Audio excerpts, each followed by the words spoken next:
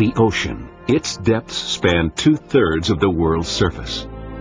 Over 361,000 trillion gallons of water teem with life, support the atmosphere, and inspire mankind everywhere. It is a place for exploration, a battleground for confrontation against nature itself, and for heroes. Inspiration, leadership, risk. Captain Larry Brudnicki, courage under pressure. Have you ever been in a situation that was beyond your control and you knew you had to make a difficult decision, but you didn't like any of your options? Or have you ever been part of a group that you knew had to come together as a team and act with a single focus if there was any chance for you to accomplish your goal? If your answer is yes, then you have an idea of what it was like to be in the perfect storm. The Coast Guard awarded Captain Larry Brudnicki the Medal for Heroism. He would never call himself a hero, but this energetic, light-hearted man was at the front lines of the greatest confrontation against the ocean in history. As the captain of the Coast Guard cutter Tamaroa, he embarked on a daring rescue mission that was to be retold in the best-selling book and feature film, The Perfect Storm. How many of you have read the book, The Perfect Storm?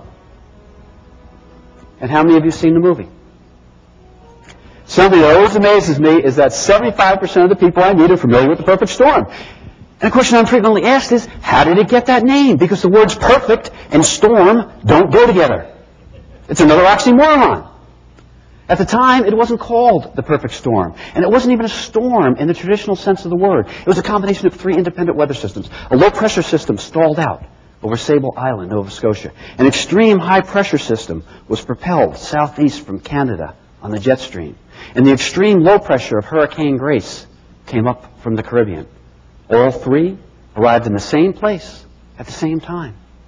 The resulting storm was 5 times the size of Hurricane Andrew. And for the first time in living memory, a storm moved in retrograde motion to the west instead of the east. According to the meteorologists, this is the worst weather in more than 100 years. The National Hurricane Center didn't give this storm a name, but it's so big, most people felt it deserved a name. Some of the newspapers and magazines called it the no-name storm. Others called it the Halloween storm because it happened around Halloween, and they described it in terms of your worst nightmare. When Sebastian Junger was conducting research for his book, he talked to Bob Case, a meteorologist at the National Oceanic and Atmospheric Administration, because he wanted to know, how do we measure a storm? Well, a typical yardstick is graduated in degrees of bad. How many people died? How many billions of dollars worth of damage? Bob Case said that this storm was so bad, it could not possibly have been any worse. It was the perfect storm.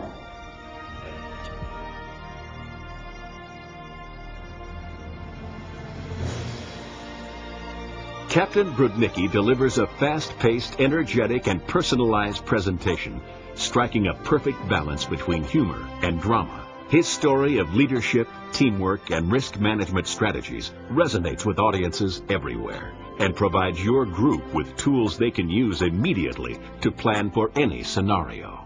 Captain Larry Brudnicki, courage under pressure. Before I go back out on patrol, I always read the weather reports, and the National Weather Service is calling for 100-mile-an-hour winds and 60-foot waves. Perhaps the blue skies and the gentle breeze on shore caused some sailboats to not take the warning seriously. Maybe they would have if the National Weather Service had mentioned the book or the fact that the movie was going to star George Clooney. We found out the movie was coming out. My wife started joking with all of her friends. Carol said, by the time Hollywood's done with this, you'll easily recognize Larry. He'll be the 20-year-old female.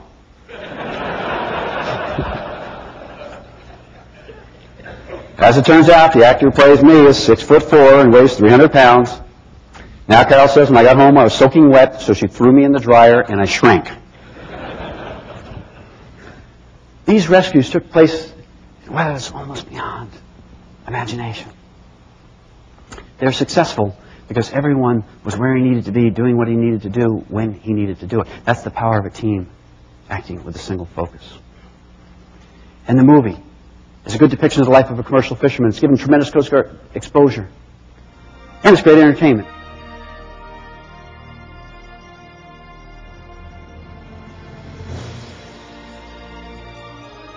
Captain Brudnicki teaches your organization the same strategies that he used to succeed at a wide variety of high-risk missions, including the Exxon Valdez oil spill, countless counter-drug operations, directing Coast Guard operations during the America's Cup, and spearheading engineering operations for a presidential inauguration.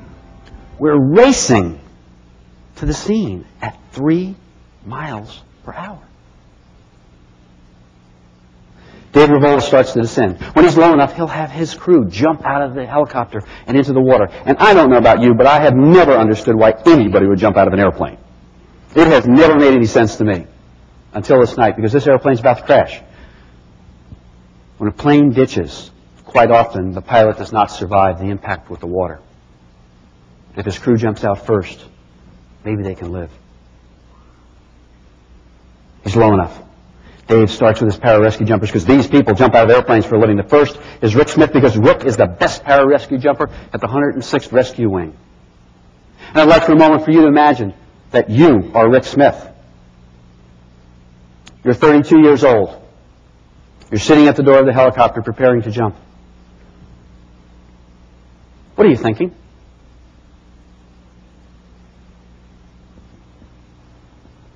Are you trying to recall some of the finer points you learned in pararescue jumper school about jumping into extreme weather?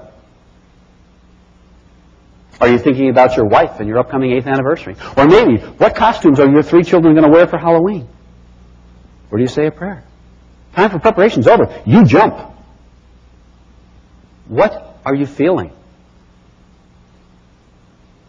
Courage or fear? You're the best at this, and you know it. But no one has ever jumped into weather this extreme before. A second later, you disappear from sight of the helicopter. The other pararescue jumper, John Splain, wants to time his jump. And if you can imagine the helicopter hovering as the waves are rising and falling, if you can time your jump to land on the crest of the wave, instead of landing in the trough, you fall a shorter distance, and with waves this big, that difference is significant. But John can't see the waves to time his jump. He jumps blindly. He's falling. He's falling. Then the thought occurs to him, my gosh, I'm falling a long time. This is a man who jumps out of airplanes for a living. When John hits the water, he's traveling at 60 miles an hour. He's knocked unconscious. At that speed, water takes on the properties of concrete. When he comes to, he doesn't know where he is or why he's even out there. All he knows is he's in the middle of the ocean somewhere, and he's severely injured. He's broken a number of bones, including some ribs that have damaged his internal organs. He has massive internal bleeding. Pararescue jumpers are not doctors, but they get extensive medical training because they have a mission of wartime search and rescue. When you find the crew of an airplane that's been shot down, quite often you're going to find people with injuries that are life-threatening. The good news and the bad news is John has an idea of the extent of his injuries.